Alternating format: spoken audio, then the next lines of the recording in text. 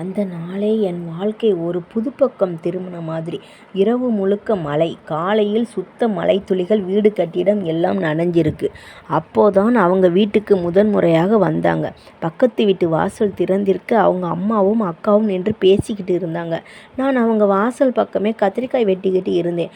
அப்பதான் அவள் வீட்டுக்குள்ளே இருந்து வந்தா. மெதுவா, சந்தேகத்தோட. ஒரு புது இடம் போல. அவள் முகத்தில் ஒரு பதட்டமாக இருந்துச்சு. ஆனால் அதுவே ஒரு அழகு மாதிரி தோணுச்சு.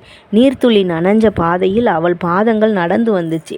அந்த பொழுதுல அவள் முகம்தான் என் நோக்கில் நிறைந்து நின்றுச்சு. அவள் பார்வை, அவள் மெதுவான நடை, அது ஒரு அசைவில்லாத படம் போல நெஞ்சில் பதிஞ்சு போச்சு. ஒரு சிறு ரோஜாப்பூ அவள் முடியில், அதுக்கு மேல் சுத்தமாக சிரிச்ச முகம். அந்த நேரத்தில் எனக்கே புரியாமல் என் கை வெட்டுற கத்தி கிழிச்சி காய்கறி ஒத்த வடிவம் இல்லாமல் போச்சு. நான் நினச்சதெல்லாம், இந்த பொண்ணு யாரு, என்ன காரணமோ தெரியல. ஆனால் அந்த நேரத்தில் அவள் முகம் பார்த்ததிலிருந்து எனக்கு சமைக்கிறதுலேயே ஆர்வம் குறைஞ்சி போச்சு. அவளை நெடுந்தூரமாக தூரம் பார்த்த நினச்சேன். அவள் நம்மக்கிட்ட பார்ப்பாளா, நம்மையும் பேசுவாளா? ஆனால் அவள் எதுவும் செய்யலை. அவள் பார்வை கடந்து போனாலும் என் மனசு அவங்க மேலே நின்றுடுச்சு. அந்த நாள் முழுக்க வேறு எதுவும் நினப்பில் வந்ததே இல்லை. காய்கறி வெட்டிறேன், அதுக்குள்ளே அவள் சிரிப்பு நினைவு வருது. அதோட அவள் கண்கள். அது பார்த்த நிமிஷத்தில் எனக்கு ஒரு ஸ்ட்ரேஞ்சான நிம்மதி. அதுதான் காதல்னு சொல்ல முடியாதா? ஆனால் நெஞ்சை தாக்குற ஒரு உணர்வு. இதுதான் காதலா?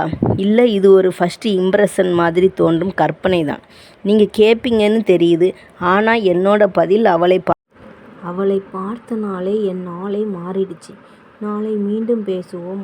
அவளோட ஒரு வார்த்தை என் வாழ்க்கை என்ன மாதிரி மாற்றுச்சு அப்படிங்கிறது பற்றி.